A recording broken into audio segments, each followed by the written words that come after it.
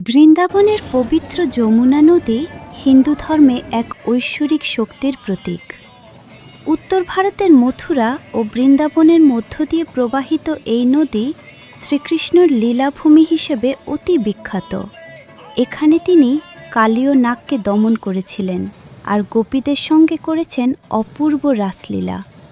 পৌরাণিক কাহিনীতে যমুনা দেবী হলেন যমরাজের বোন এবং সূর্যদেবের কন্যা, তাই এই নদীকে কালিন্দী নামেও ডাকা হয় এবং গঙ্গার মতোই পবিত্র বলে মানা হয়।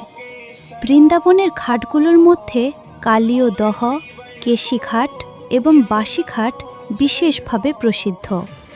ভক্তদের বিশ্বাস, যমুনায় স্নান করলে পাপ মোচন হয় এবং মোক্ষ লাভ সম্ভব।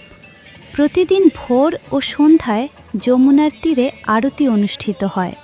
দিল্লি থেকে প্রায় 125 কিলোমিটার দূরে অবস্থিত এই পবিত্র স্থান আজও ভক্তদের হৃদয়ে অনন্ত ভক্তি ও শান্তির উৎস।